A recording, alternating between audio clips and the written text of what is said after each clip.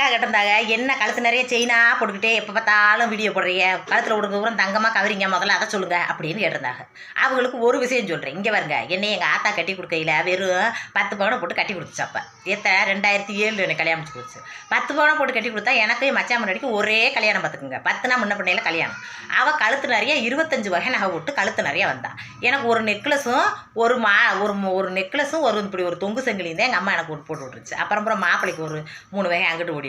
அதனால் நான் போட்டிருந்தது என்னமோ 6 பவுனோ 4 பவுனோ போட்டிருந்தேன். அப்போ எங்கள் மாமியா மற்றவர்கிட்ட என்னை கூப்பிட்டு காட்டுறதுக்கே வெக்கப்பட்டுக்கிட்டு என்னை கூப்பிட்டு காட்டாது, இதே சின்ன மரமுன்னு சொல்லாது. ஏன்டா நகை கம்மியாக போட்டுக்கணும். ஒரு விருந்துக்கு அழைச்சா கூட அவங்கள அனுப்பிவிடும், என்னை அனுப்பிவிடாது. அந்த மாதிரியெல்லாம் நடந்துச்சு. அப்போ நான் நினச்சேன், நகைக்கு அவ்வளோ ஒரு மவுசு இருக்குது. நகை போட்டு போனால் எந்த இடத்துலையும் மரியாதை அங்கே அவங்களுக்கு தனியாக வழங்கப்படுதுன்றதை நல்லா புரிஞ்சுக்கிட்டேன். அப்புறம் தான் நினச்சேன், நகை எப்படியாவது நம்ம கொஞ்சம் கொஞ்சமாக சேர்த்து பண்ணி போடணும்.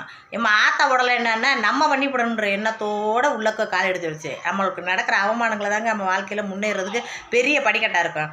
அந்த மாதிரி தான் நான் நகை நிறைய எடுத்து சேர்த்து போடணும் அப்படின்னு நினச்சி ஒவ்வொரு நகையாக, அதாவது உழைக்கணும். உழைச்சி எப்படி நம்ம கடனாக இருந்தால் தான் நம்ம நல்லா உழைக்கணுன்ற எண்ணமே வரும். கடனே இல்லாமல் இருந்துச்சுன்னு வச்சுங்க, உழைக்கணுன்ற எண்ணம் வராது. அதுக்காக நம்மளுக்கு மேலே கடனை வாங்கி வைக்கக்கூடாது. இந்த நகையை கொண்டு போய் பேங்க் கடையில் போய் அடகு வைப்பேன். அடகு வச்ச காசையும் கொஞ்சம் எங்கள் வீட்டுக்காரர் சம்பாரித்து கொஞ்சம் சேமித்த காசையும், சேமிப்புன்றது எனக்கு சின்ன வயசுலேருந்தே இருக்குது. அது எதனால் எனக்கு உருவானதுன்னு தெரியாது. நான் ஹாஸ்டலில் படித்ததுனால அது உருவாகிட்டே இருந்திருக்கலாம்.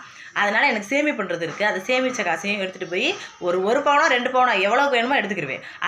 அதே தான் அதுக்கப்புறம் நான் எங்கள் வீட்டுக்காரர் சம்பாதிக்கிறத கொண்டு போய் பேங்க்கில் போய் கட்டி நகையை மீட்டுவேன். நகையை மீட்டி எடுத்துகிட்டு வந்துட்டா மறுபடியும் நகையை அடகு வச்சு மறுபடியும் ஒரு 2 பவுன் பண்ணுவேன். அப்புறமா சேர்த்து 2 பவுன் சேர்த்து 4 பவுனோ அப்புறம் சேர்த்தாப்பில் எடுத்து ஒரு பெரிய செயின் எடுத்துடுவேன்.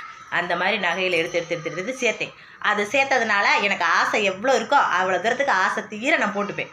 ஏன்னு கேளுங்களேன், இந்த பூமியில் என்னென்னத்தை வாங்கி தின்னாலும் ஆசை எனக்கு இருக்குன்றாங்களே, அதே மாதிரி ஒருத்தருக்கும் ஒரு ஆசை இருக்கும். எனக்கு ஜுவல் போட்டுக்கிறது ரொம்ப ரொம்ப ஆசைப்படுவேன். அதனால் நகையும் பூவும் வச்சுக்கிறதுக்கு ரொம்ப ஆசைப்படுவேன். அதனால் நான் அதை போட்டுக்கிட்டே உங்கள்கிட்ட அதிகமாக பேசுகிறேன்.